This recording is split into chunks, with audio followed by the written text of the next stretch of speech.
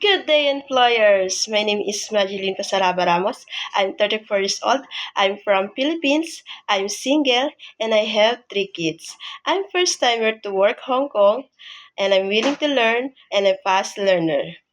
But I have work experience here in the Philippines as helper total for 4 years.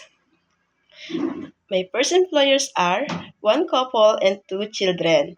My main duties are cleaning the house, washing clothes, washing dishes, cooking, and taking care of their children since 2017 to 2019.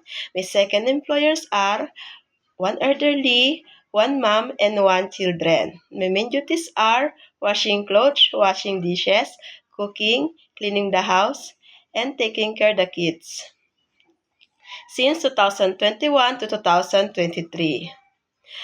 To my future employers, please hire me because I'm trustworthy, I'm hardworking, and I'm kind. Thank you, mom and sir.